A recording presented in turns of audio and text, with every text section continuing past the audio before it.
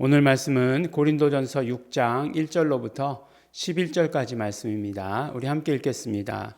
너희 중에 누가 다른 이로 더불어 일이 있는데 구태여 불의한 자들 앞에서 송사하고 성도 앞에서 하지 아니하느냐? 성도가 세상을 판단할 것을 너희가 알지 못하느냐? 세상도 너희에게 판단을 받겠거든 지극히 작은 일 판단하기를 감당치 못하겠느냐? 우리가 천사를 판단할 것을 너희가 알지 못하느냐? 그러하거든 하물며 세상 일이랴. 그런즉 너희가 세상 사건이 있을 때에 교회에서 경히 여김을 받는 자들을 세우느냐? 내가 너희를 부끄럽게 하려 하여 이 말을 하노니 너희 가운데 그 형제가 이를 판단할 만한 지혜 있는 자가 이같이 하나도 없느냐? 형제가 형제로 더불어 송사할 뿐더러 믿지 아니하는 자들 앞에서 하느냐? 너희가 피차 송사함으로 너희 가운데 이미 완연히 허물이 있나니 차라리 불의를 당하는 것이 낫지 아니하며 차라리 속는 것이 낫지 아니하냐. 너희는 불의를 행하고 속이는구나. 저는 너희 형제로다. 불의한 자가 하나님 나라를 유업으로 받지 못할 줄을 알지 못하느냐. 미혹을 받지 말라. 음란하는 자나 우상 숭배하는 자나 간음하는 자나 탐색하는 자나 남색하는 자나 도적이나 탐남하는 자나 술 취하는 자나 후욕하는 자나 토색하는 자들은 하나님의 나라를 유업으로 받지 못하리라. 너희 중에 이와 같은 자들이 있더니 주 예수 그리스도의 이름과 우리 하나님의 성령 안에서 씻음과 거룩함과 의롭다 하심을 얻었느니라. 아멘. 네, 우리 이제 계속해서 고린도전서, 이 서신서가 갖는 특징은 무엇이냐 하면 그 교회의 어떤 상황을 굉장히 자세히 다루고 있다는 거죠. 그래서 사실은 어떤 일이 있었는지 모르는데 사도 바울의 말만 듣고서 거기서 그런 일이 있었을 것이다 라고 하는 것을 우리가 이제 추측할 수 있게 되는 거죠. 그래서 보니까 5장, 지금까지 이제 고린도전서 4장까지는 교회가 분열되고 나뉜 것에 대해서 이야기를 했고 5장에서는 이제 어떤 특별한 범죄들에 대해서 어떤 특별한 죄들에 대해서 이야기하기 시작하죠.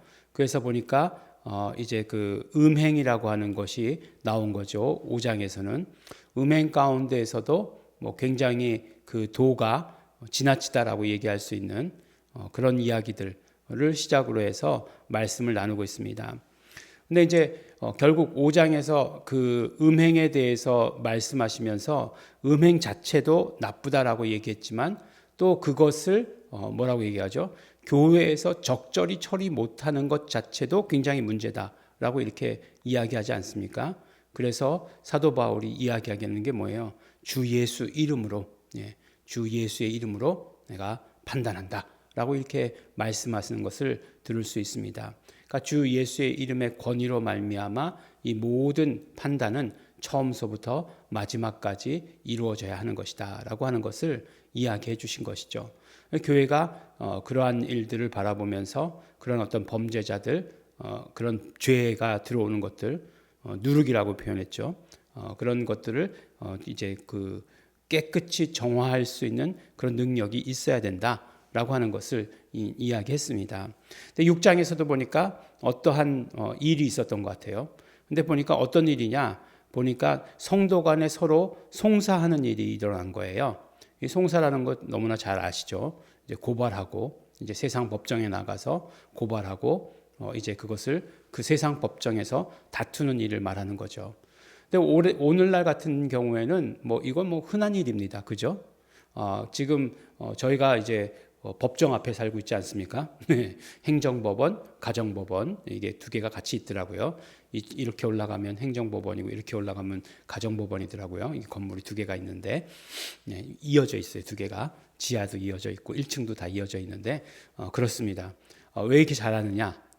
매주 한 번씩은 저희가 법원에 갑니다. 이렇게 사모와 두 손을 꼭 잡고 가정법원을 이렇게 딱 들어갑니다. 왜 거기를 가느냐? 거기 밑에 1층에 은행이 있기 때문에 거기를 갑니다. 근데 늘 기분이 좀 이상하긴 해요. 네, 가정법원, 물론 행정법원도 있지만 그래서 일부러 더 이렇게 친한 척하면서 뭔가 이렇게 거리를 두고 가면 에이 저 사람들 또 그렇겠구나라고 하는 것, 목사가 왜 여기 왔어? 뭐 이렇게 할까봐 일부러 이렇게 친한 척하면서 은행에 이렇게 들어갑니다. 근데 그 얘기를 하려고 하는 게 아니고 지금 굉장히 하여간 모든 것들이 다 법정에서 이루어지는 거죠. 소송으로 이루어지고 그렇지 않습니까? 그래서 변호사들이 굉장히 많죠. 변호사들이 굉장히 많고 또 변호사들도 이렇게 일이 굉장히 많아요. 이게 많은 이유가 뭐겠습니까? 그만큼 송사가 많다는 거겠죠. 근데 말씀드리려고 하는 것은 뭐냐면 그 중에 크리스찬이 없겠느냐 하는 거예요. 예. 우리가 성경 말씀에 송사하지 말라고 그랬으니까 분명히 그 크리스찬들은 송사하지 않을 것이다라고 이렇게 생각하시는 그런 분들은 아무도 안 계시겠죠. 너무나 재미있게도 이제 가보니까 이제 교단 이런 데 가보니까 그 교단에서 교회에서 노회에서 이렇게 문제가 생기면 어떻게 하느냐? 목사님들도 서로 송사하더라고요. 예, 고소하고 이렇게 하더라고요. 근데 이제 백석은 그렇게 송사하고 그러면 세상 법원에 송사하면 용서하지 않는다라는 게 총회법에 들어가 있어요. 그렇기 때문에 일단 세상 법원에 이렇게 고발하면은 총회법에서는 그렇게 하지 않는다는 거예요. 근데 그렇다고 해가지고 송사하지 않나요?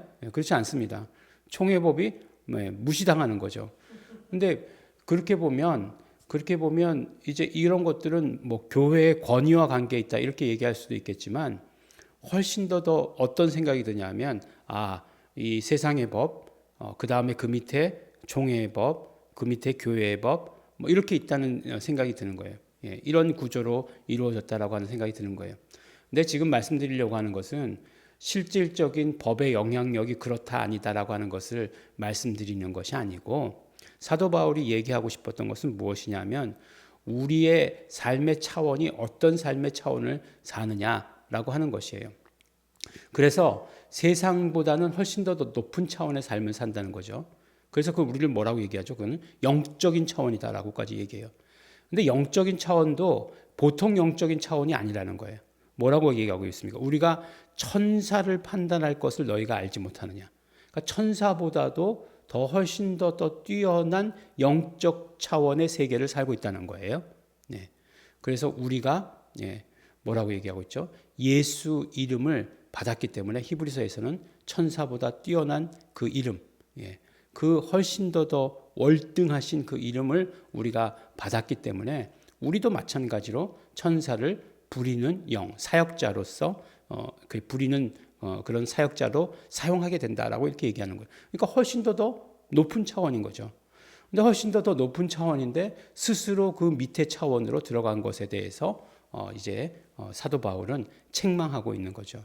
그러니까 우리가 어떤 차원의 삶을 살고 있는가, 우리가 어떤 영적인 세계에 살고 있는가라고 하는 것을 우리가 알아야 된다라고 이렇게 얘기하는 것이에요. 그런 것은 어떤 것 때문이냐? 우리가 변화를 거쳤기 때문이죠. 그죠? 우리가 죄에 있을 때에는 그게 맞아요. 죄의 종이었기 때문에 그 세상에 속하고 세상에서도 그 밑으로 들어가는 것이 너무나 맞는 거죠. 그렇지만 지금 우리는 바뀌었죠. 어떻게 바뀌었죠? 예수 그리스도께로 속한 자로, 예수 그리스도께로 속한 자로 바뀌었기 때문에 그렇기 때문에 우리의 차원이, 우리의 클래스가 달라진 것이죠. 그래서 오늘 또 이야기하는 것은 무엇이냐면 그것을 이야기해 줄 사람이 없느냐, 그것을 이야기해 줄 너희에게 영적 리더가 없느냐라고 하는 것도 책망하고 있다는 사실이에요. 그러니까 5장을 보니까 교회에 대해서, 죄의 문제에 대해서 온전히 처리하지 못하는 그런 공동체의 모습을 책망하고 있고, 그 다음에 이러한 것들을 판단해 줄 형제와의 그런 어떤 갈등에 있어서 이것이 누가 옳다라고 하는 것을 판단해 줄 수 있는 영적 리더가 너희에게 없느냐, 이렇게 되묻고 있는 것이죠. 그래서 결국에는 너희들의 지금 문제는 뭐냐, 교회 안에서 그런 영적 리더가 없기 때문에, 그렇기 때문에 니네들 지금 밖에 나가서 송사하는 것 아니냐 하는 거죠. 오히려 정말 정말 피차 송사함으로 말미암아 완연한 허물이 있다고 이렇게 얘기하는 것처럼 말씀하시는 것처럼 차라리 한 사람이 손해 보는 게 훨씬 더 낫지 않겠느냐. 그럴 바에는 뭐예요? 우리가 세상에 비춰지는 모습이 훨씬 더 뛰어난 그런 어떤 차원의 삶을 살고 있는 것을 보여줘야 되는 거죠. 그래서 크리스찬들의 삶은 다르다. 이제 다르다라고 얘기할 때 두 가지 의미죠. 차원이 높으냐 아니면 차원이 완전히 낮으냐. 크리스찬의 삶이 다르다. 야, 저건 뭐 저래 라고 얘기해서 되겠느냐. 그렇죠. 그런 얘기를 들어서는 안 되는 거죠. 뭔가 다르다. 차원이 다르구나. 뭔가 차원이 다른 판단을 하고 있구나 라고 하는 것을 우리가 세상에 보여줄 필요가 있는 거죠. 완전히 우리는 세상에 완전히 우린 드러내는 삶, 완전히 공개하는 그런 삶을 살고 있는 것이 크리스찬들 아닙니까? 그런데 그런 곳에서부터 정말 수준이 너무 낮아서 상대를 못하겠어 라고 하는 그런 모습을 보여줘서 되겠는가 하는 것이에요. 그렇지 않다라고 하는 것입니다. 우리가 정말 차원이 다른 삶을 살고 있기 때문에 그래요. 또 어떻게 우리가 차원을 다른 삶을 살게 되었느냐? 우리는 예수님께로 속한 자가 되었기 때문에 그렇다는 거예요. 그러니까 예수님과 함께 하는 자이기 때문에 예수님과 함께 함으로 말미암아 그 차원이 다른 거예요. 자, 이제 여러분들 그렇게 생각해 보세요. 내가 대통령을 만나요. 대통령을 만나면 대통령이랑 같이 식사하기로 했어요. 진짜는 아니에요. 진짜는 아니고 식사하기로 했어요. 그래서 이렇게 딱 테이블에 이렇게 같이 앉았습니다. 그랬더니 테이블에 앉았더니 그냥 같이 떠먹는 게 아니에요. 와가지고 이렇게 막 서빙을 해줘요. 막 서빙을 막 해주는 거예요. 그래서 이제 코스 요리였나 봐요. 그래가지고 이제 처음서부터 이제 막 갖다 주기 시작해요. 그런데 보니까 대통령만 갖다 주고 난 안 갖다 주나요? 아니죠. 갖다 줘요. 똑같이 갖다 줘요. 왜 그렇죠? 왜 그래요? 대통령과 한 식탁에 앉아 있기 때문에 그런 거예요. 무슨 말씀을 하려고 하냐면 내가 예수 그리스도와 하나다라고 하는 것은 무엇이냐면 내가 예수 그리스도와 하나인 그런 권리를 누리고 있는 거예요. 그런 차원 높은 삶을 살고 있는 거예요. 그런데 뭐라고요? 그런데 이제 우리가 괜찮습니다. 갑자기 그 식탁에서 저는 라면을 준비해 왔습니다. 그랬더니 컵라면 하나 꺼내더니 물을 부어가지고 막 먹고 있는 거예요. 얼마나 우습습니까? 우스꽝스럽죠. 여러분들 생각해도 굉장히 그 모습이 우스꽝스럽죠. 근데 우리가 실제 삶에서 그러고 있다는 거예요. 지금은 교회가 세상을 내려다보는 게 아니라 세상이 교회를 내려다보잖아요. 그래서 이렇게 이제 저는 목사니까 제 설교도 보고 누가 이제 설교를 보내면 그것도 열어보기도 하고 그러면 이 유튜브가 알고리즘이라는 게 있어가지고 내가 본 것들과 연관된 주제의 것들을 이렇게 막 진열을 해놓습니다. 근데 그런 것들을 보니까 요새 뜨는 것들을 보니까 전부 다 목사들이 잘못됐다, 교회가 잘못됐다. 이제 그걸 얘기하는 사람이 누구냐? 목사고 이제 그런 사람들이죠. 조금 이제 신학을 공부했다 하는 사람들이 계속해서 그렇게 얘기하는 거예요. 잘못됐다 얘기하는 건 쉬워요. 잘못됐다고 그냥 얘기하면 너 잘못됐다. 저도 그렇게 얘기할 수 있어요. 누구 잘못됐다. 그렇게 얘기할 수 있어요. 이제 그렇게 얘기하는 게 무슨 의미가 있겠습니까? 그런 건 의미가 없어요. 어떻게 하자라고 하는 게 어려운 거지. 이걸 다 부숴버리자라고 하는 건 쉬워요. 그렇지만 이걸 다시 어떻게 세우자라고 말하는 게 어려운 거죠. 그리고 그렇게 행동하는 게 어려운 거죠. 그러지 못할 때는 어떻게 돼야 돼요? 부수는 것도 사실은 가만히 둬야 됩니다. 그냥 가만히 입 다물고 있는 게 최고다라고 하는 거죠. 비판도 못하느냐? 근데 비판할 수 있어요. 그러나 정말로 비판을 위한 비판이 아니라 세우기 위한 비판은 그런 것이 아니다라고 하는 거예요. 뭔가를 가지고 있어야 되는데 그것이 우리가 말하는 어떤 복음 안에서라고 하는 것을 우리는 절대로 잊어버려서는 안 돼요. 세상이 걱정할 만큼 많은 일들이 있죠. 교회 안에. 있어요. 있어요. 하지만 교인들은 스스로가 예수 그리스도에 속한 자라고 하는 것을 알아야 되는 거죠. 그래서 오늘 마지막 말씀 가운데 보면 뭐라고 얘기하냐면 주 예수 그리스도의 이름과 우리 하나님의 성령 안에서 씻음과 거룩함과 의롭다 하심을 얻었느니라 라고 이렇게 말씀하고 있어요. 이건 뭐에 대한 말씀이냐? 이것은 많은 사람들이 침례에 대한 말씀이다 라고 이렇게 얘기하고 있어요.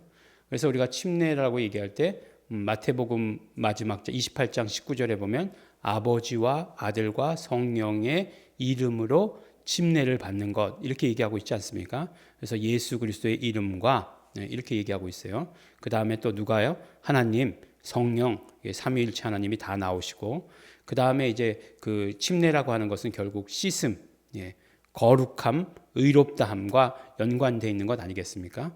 그러니까 씻음이라고 하는 것은 회개를 말하는 것이고, 그 다음에 회개했으니까 거룩해지는 것을 말하는 것이고, 그래서 고린도전서 1장 2절에 보면 거룩함을 얻은 성도들 이렇게 얘기하고 있는데 성도라고 하는 게 뭐죠? 결국에는 거룩한 자들이 성도잖아요. Holy Saints라고 이렇게 되어 있는데 거룩한 무리들이 성도 아니겠어요? 한국말로 이제 뿌뜨풀이를 해도 그러니까 거룩함을 입게 된 사람들, 그 다음에 그 피로 말미암아 의롭다 하심을 얻게 된 사람들. 그래서 침례를 통해서 이루어지는 것이 이것이다라고 말씀해 주시면서 이것은 침례를 표현한 것이다. 풀어서 이렇게 바울이 이야기한 것이다. 결국 그것이 무엇이냐? 이 침례 의식을 설명하려고 하는 것은 아니죠. 너희들이 누구냐? 침례를 통해서 예수 그리스도께 속한 자 된 사람들이다. 예수 그리스도께 속한 자 되었으면 차원이 다른 삶을 살아야 된다라고 이렇게 말씀하십니다. 뭐 어떤 분 전도 집회 때 그런 얘기를 들었어요. 크리스찬들은 걸음걸이도 달라야 된다 이렇게 얘기하더라고요.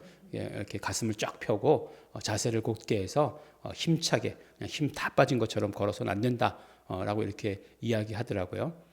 그 모습 뭐 겉으로의 그런 어떤 모습이 중요한 것은 아니겠지만 그렇지만 그러한 태도는 굉장히 중요하다고 생각합니다. 그래서 우리가 우리의 실제로의 차원이 어디인가를 늘 자각하시면서 이 땅의 삶을 살아가시는 우리 성도 여러분 되시기를 예수 이름으로 축원합니다. 기도하겠습니다. 하나님 아버지 감사합니다. 우리가 예수께 속했사오니 하나님 아버지 우리가 영적 차원의 삶을 살며 또 하늘에 있는 것이나 땅에 있는 것이나 땅 아래에 있는 모든 것들이 무릎 꿇는 그런 예수 이름이 우리에게 있으니 하나님 아버지 정말 높은 차원의 삶을 살아갈 수 있도록 축복하여 주시옵소서. 그러므로 말미암아 세상 사람들이 다 부러워할 수 있도록 하여 주시옵시고 세상 사람들도 다 예수께 속해서 우리가 함께 그것을 누릴 수 있도록 되기를 간절히 바라고 소원합니다. 우리를 도구 삼아 주시옵소서. 감사드립니다. 예수님 이름으로 기도드렸습니다. 아멘. 그러므로 이 시간에 기도하실 때 우리가 예수 그리스도께 속한 자이오니 우리가 정말 높은 차원의 영적 차원의 그것도 영적 차원 중에서도 높은 차원의 그런 삶을 살도록 성령님 우리를 인도하여 주시옵소서. 다 같이 통성으로 기도하시겠습니다.